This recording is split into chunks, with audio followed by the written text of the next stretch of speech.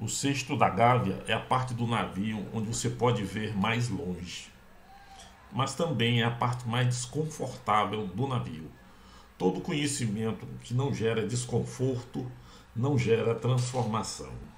As últimas notícias vindas da CPI do 8 de janeiro me fizeram pensar muito no que aconteceu em novembro de 1935, na famosa intentona comunista, articulada e deflagrada para derrubar o governo de Getúlio Vargas e implantar no Brasil um regime de caráter socialista, comunista, toda planejada e arquitetada em Moscou, com a liderança do Luiz Carlos Prestes, o chefe do Partido Comunista Brasileiro, naquela época se chamava Partido Comunista do Brasil, e membros do Cominter, que é o órgão internacional de ação controlado pela União Soviética.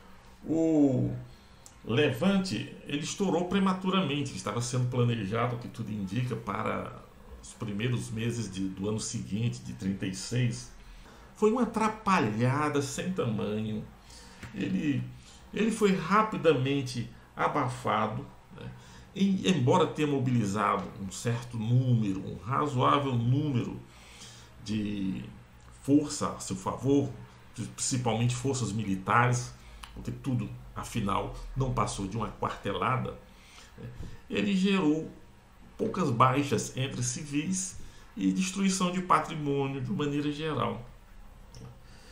Agora, deixou bem claro para todo mundo que os comunistas realmente estavam a fim de derramar sangue, muito sangue, se fosse necessário para chegar ao poder. Isso ficou bem claro nessa intentona.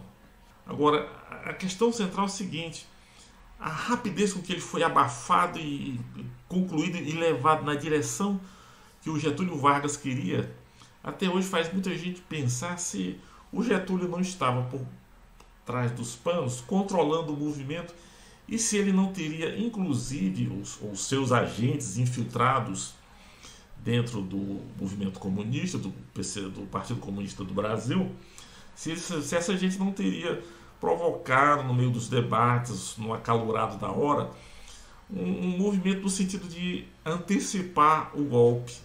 Mas o que se sabe até agora, mas de certo, o movimento estourou no dia 23 de novembro, mas já em junho, no dia 20 de junho, o Getúlio recebe do embaixador inglês o aviso de que haveria um movimento comunista, uma conflagração comunista no Brasil, que ela estava em curso, e que os ingleses tinham um agente infiltrado dentro do movimento aqui no Brasil, dos planos dos comunistas aqui no Brasil, dos agentes do Cominter, que vieram vários para cá assessorar o Prestes na derrubada do Getúlio. E esse agente estaria constantemente conectado com as autoridades brasileiras, passando as informações mais atualizadas. Houve também, né, algumas barbeiragens, alguns descuidos que a gente não consegue nem saber, que a gente só pode atribuir isso a uma espécie de irresponsabilidade, uma incapacidade de perceber a gravidade do que se está fazendo, como também aconteceu no 8 de janeiro, né, de alguns dos membros do Levante.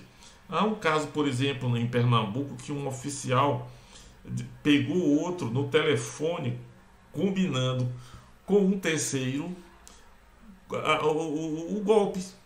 Há o caso também do próprio Prestes, que convidou o comandante do grupo de obuses, Newton Estilac Leal, para participar do Levante, né, sem ter muita certeza se o Estilac Leal estaria com ele ou não. Só se lembrava que o Estilac Leal fora tenente dos movimentos tenentistas da década de 20, aquela coisa parece até aquela coisa de saudosista. Ele era meu amigo naquela época, assim, sabe? Né? E na repressão ao levante do terceiro RI, os canhões Estilac Leal foram fundamentais, né? O resultado dessa maluquice é que o país entrou em polvorosa, a classe média ficou histérica, o Getúlio conseguiu no Congresso todas as leis que ampliavam permitidas na Constituição, que ampliavam o seu poder. Isso tudo turbinado com aquele documento falso do Plano Cohen, acabou levando o Brasil a 8 anos de ditadura, com o Estado Novo em novembro de 1937, 2 anos depois da intentona, né? Nós estamos também da ditadura mais severa que o país já sofreu. Observando esses acontecimentos da década de 30, nós vimos que o Getúlio estimulou a polarização do país, a disputa entre integralistas e comunistas, estimulou inclusive, aparentemente, não há provas, mas tudo aponta nessa direção, digamos assim, há evidências, estimulou um movimento em falso dos comunistas e aí conseguiu o poder absoluto que ele vai usar no Estado Novo. Agora, o que está acontecendo no Brasil atualmente? Nós tivemos o célebre episódio, né, do 8 de janeiro, um episódio completamente absurdo, né, desmoralizante, profundamente desmoralizante, né, que mostra também, eu acho, o profundo desencanto, a profunda frustração que a população sente em relação às instituições republicanas democráticas em função do mau uso que se tem feito dessas instituições. Nós vimos acampamentos acontecendo na porta dos quartéis, com pessoas assumindo comportamentos bizarros, comportamentos inesperados, principalmente depois que saiu o resultado eleitoral beneficiando o opositor do presidente Bolsonaro, o Lula, onde a gente via filmes assim, públicos de pessoas de cabeça branca, já adultos, se comportando como crianças de 5, 6 anos ou menos, uns marchando como se estivessem numa parada militar, outros se ajoelhando nos muros dos quartéis, gritando, pelo amor de Deus, intervenção militar, intervenção militar. Etc. O que eu percebi dessas atitudes todas, e de outras tantas também que o outro lado também mostra, é que nós estamos eu estava diante de um povo infantilizado, que não percebe a si próprio como senhor da sua história, das suas decisões, está pedindo sempre que alguém lá de cima, um salvador da pátria, de esquerda ou de direita, venha salvá-lo.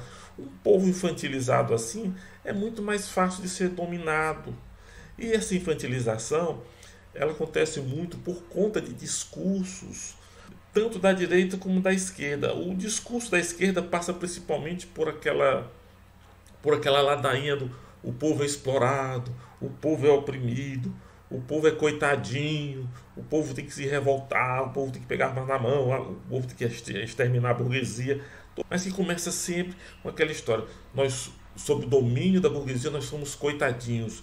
Mas cedo ou mais tarde, esse coitadinho, ainda que esse salvador não seja colocado num primeiro momento, esse coitadinho vai procurar o salvador. E é justamente isso que o Lula representa para os seus adeptos e simpatizantes, né? O salvador da pátria, é o cara que faz tudo. Não é mais a classe operária, isso já acabou, isso é coisa do passado. Ou existe apenas para mascarar, na verdade, a ditadura pessoal que sempre segue a esses movimentos.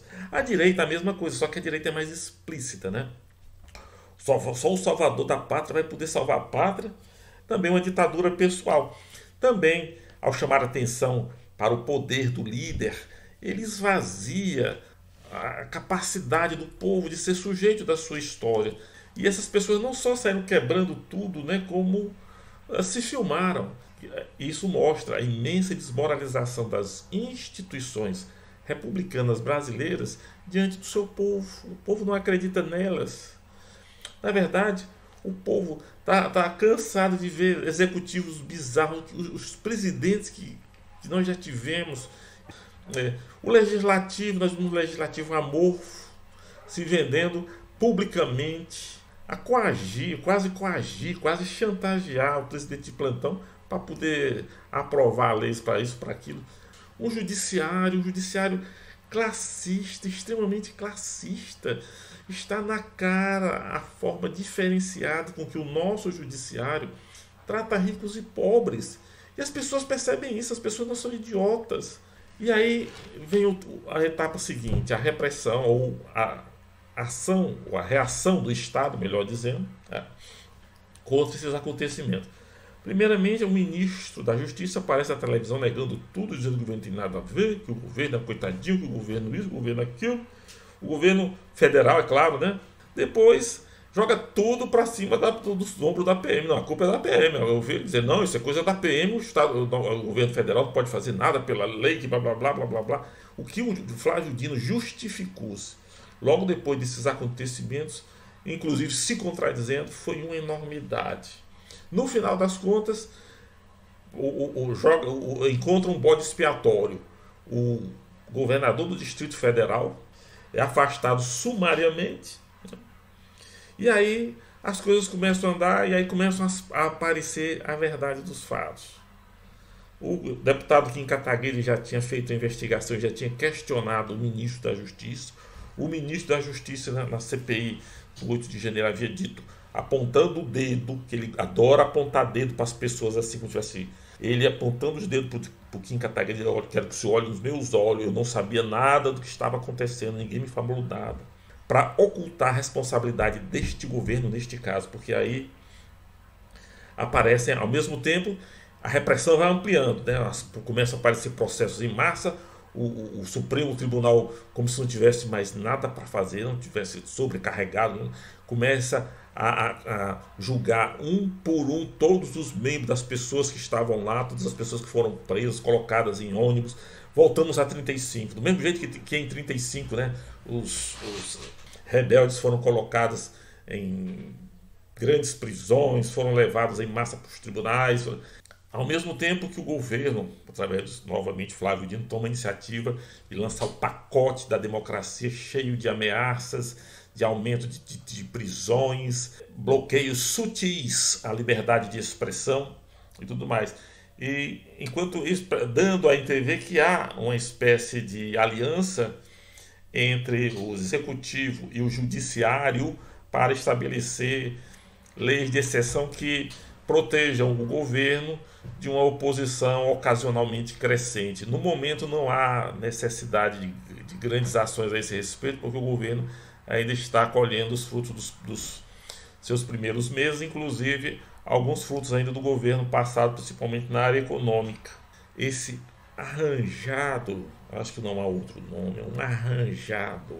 Ele veio abaixo todo agora nas últimas declarações do ex-chefe da ABIN, Saulo Ramos, que ele disse claramente que desde o dia 2 a ABIN tem preparado relatórios e mandado para as autoridades, principalmente o general Gonçalves Dias, do Gabinete de Segurança Institucional, que aquelas multidões na frente dos quartéis estavam preparando uma coisa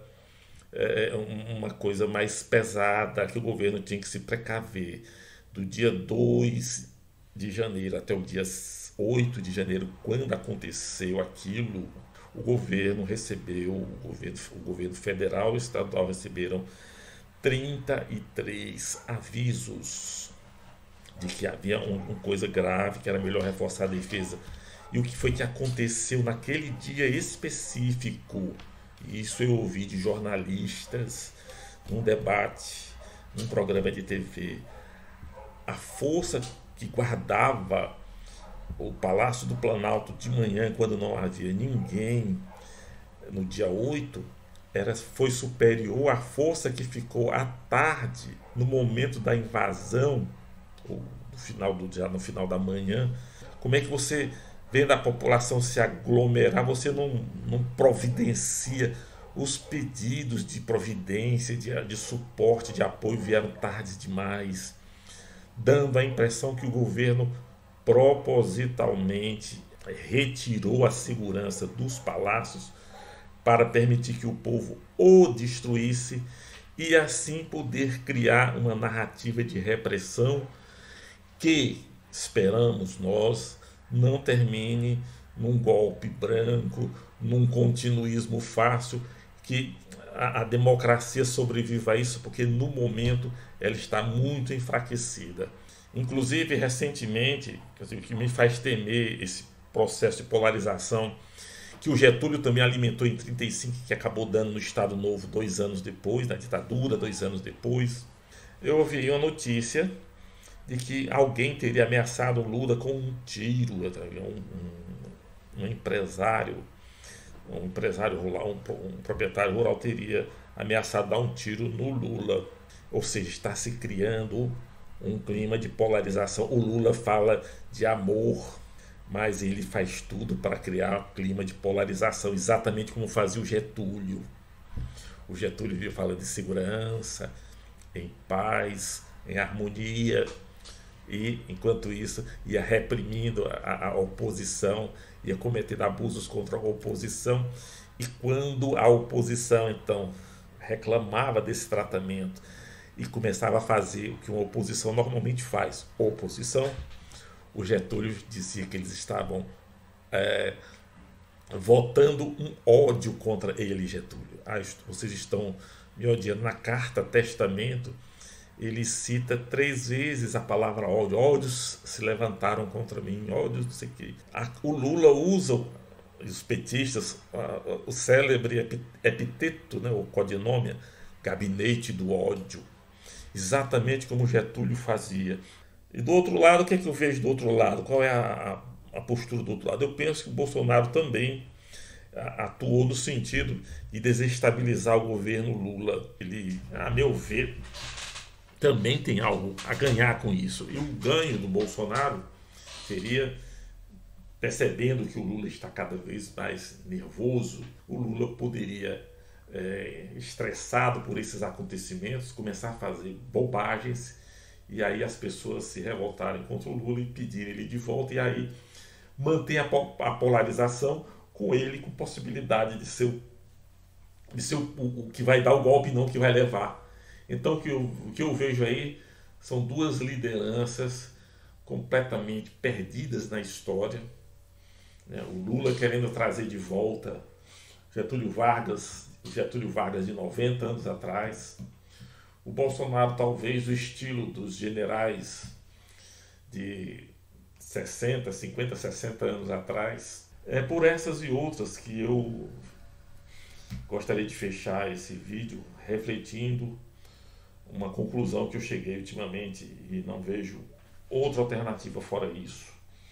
A democracia no Brasil é um espantalho roto, sujo, destroçado, plantado, fincado no meio de um deserto, que é agitado toda vez que alguém, alguma autoridade, um poderoso, resolve tomar medidas antidemocráticas.